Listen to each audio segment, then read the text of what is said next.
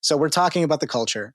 And before we get to our last question that we ask all our guests, I wanted to make sure to ask you about this. You have a video on your podcast, which is called Silver Eye Society, where you talk about all kinds of stuff. But you have this video, and if I'm not mistaken, the title of it is Alex Jones Isn't the Problem. And you talk about conspiracism and all that sort of stuff. So why don't you lay out what you mean and where you're coming from that, with that video and that particular topic that you're addressing? With pleasure. It's my spiciest take that you've you've pulled out of my history.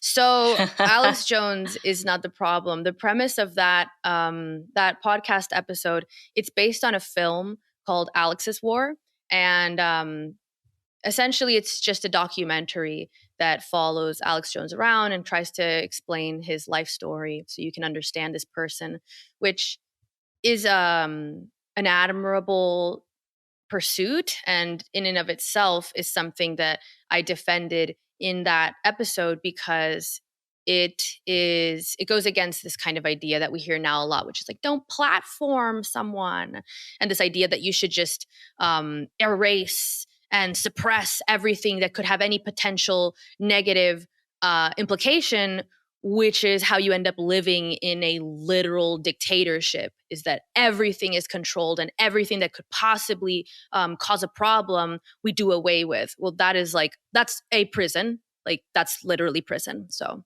I'm trying to avoid that. And Alex Jones, to me, is one of the most interesting people because he's insane, but he's not stupid. And insane people who are not stupid are very interesting.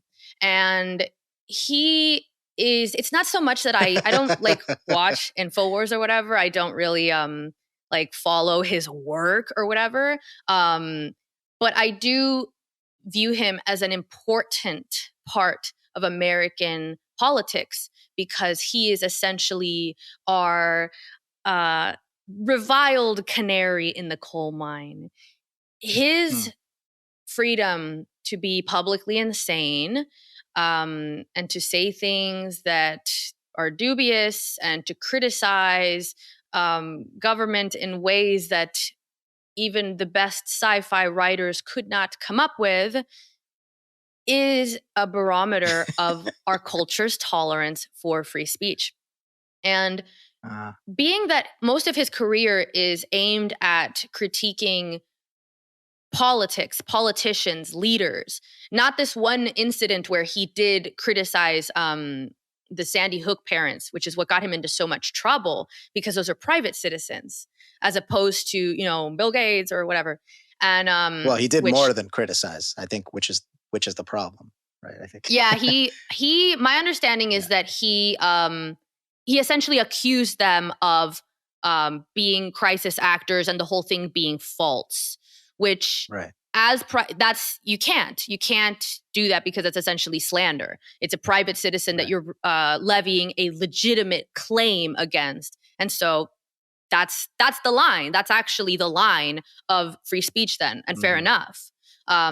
But I defend his ability to do what he's been doing all the time before that, because he is this perfect example of how uncomfortable it is to tolerate truly free speech in a society. You have to tolerate him. If you want to have a truly free speech society, you have to tolerate that one guy is going to have a really popular show where he accuses Hillary Clinton of being a reptile. That's the cost. And so to me, it's a great example that it's a very strange story arc, because he's gotten, he didn't really get that much attention for a while until politics became a lot more extreme and divisive, and he supported Trump. And that was when he was on the radar. He has been out here being loud, being conspiratorial for decades previously. And it's only recently that he's become, he's come under the microscope and been censored, taken off platforms. And it's like, a lot of these things are also like, well, what's the expiration date for saying something that isn't true and a crime. Like, I mean, does he lose his rights to free speech forever? That doesn't seem like a good idea to me.